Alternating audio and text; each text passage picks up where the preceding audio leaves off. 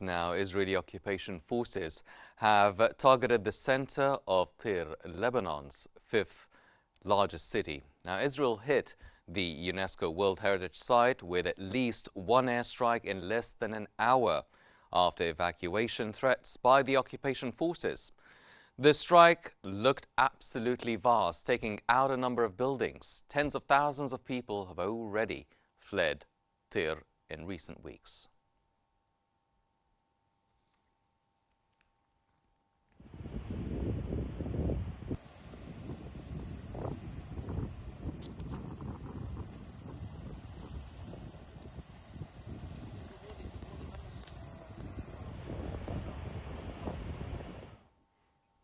Sirens have sounded in Tel Aviv as Israeli occupation forces shot down 2 rockets fired from Lebanon. The incident occurred during U.S. Secretary of State Antony Blinken's visit to the city, causing residents to rush to shelters for safety.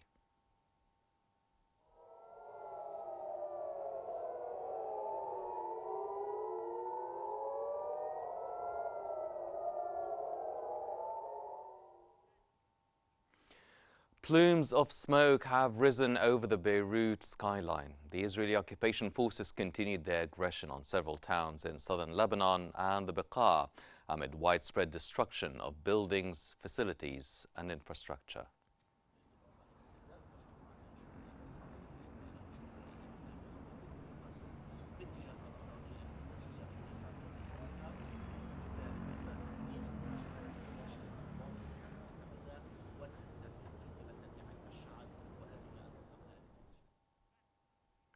Israeli occupation jets have hit what they said were weapons storage and manufacturing facilities, as well as command centers of Hezbollah in Tyre overnight.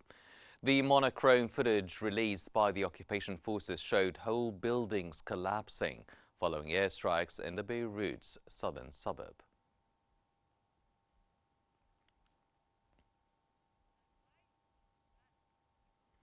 U.S. Secretary of State Antony Blinken has said Israel should be looking to bring home the remaining detainees and end the fighting. Before leaving for Riyadh on the next stage of his visit to the Middle East, Blinken repeated that the United States rejected any Israeli occupation of Gaza.